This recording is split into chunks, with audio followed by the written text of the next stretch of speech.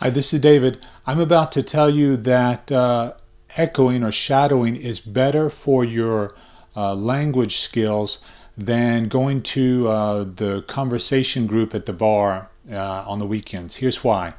I think it's important for you to have any exposure you can. So when you go to a French conversation group or Spanish conversation group, that's great because you're also meeting people who have the same interest as you in this language, and maybe you're even meeting some people from the country who are in your country, wherever you are in the US or in the UK. You're meeting people from the country, and that helps you to stay motivated to keep on learning the language. But here's the thing. When you speak to other people during your conversation hour, let's say you have French conversation hour, you're going to speak to other people.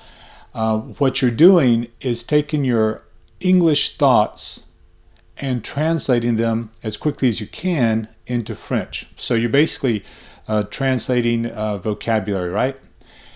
When you shadow or echo, you're using the original words of the native speaker, and you're learning French thoughts. So if you're echoing or shadowing French, you're learning French thoughts. If you're shadowing Spanish, you're learning the Spanish thoughts of the original speaker. So you're learning the way they express things like, what time is it? And now, what time is it you learned when you were a beginner back in high school in this language, but you're learning a lot of different formulations, ways to say things and ways to think about things that you wouldn't learn if you were just using your English thoughts and translating them into the foreign language. So that's why I talk sometimes about building up your library of French thoughts, or if you're learning Spanish, building up your library of Spanish thoughts.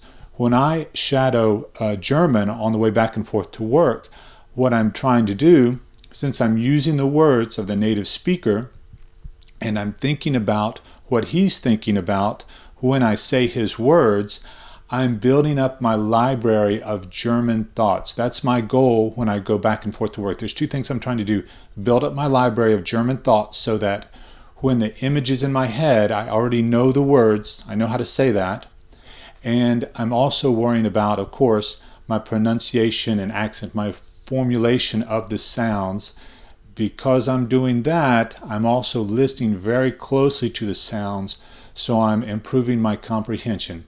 Anyway, that's the difference between your conversation hour, when you speak in the foreign language off the cuff and you're having a conversation.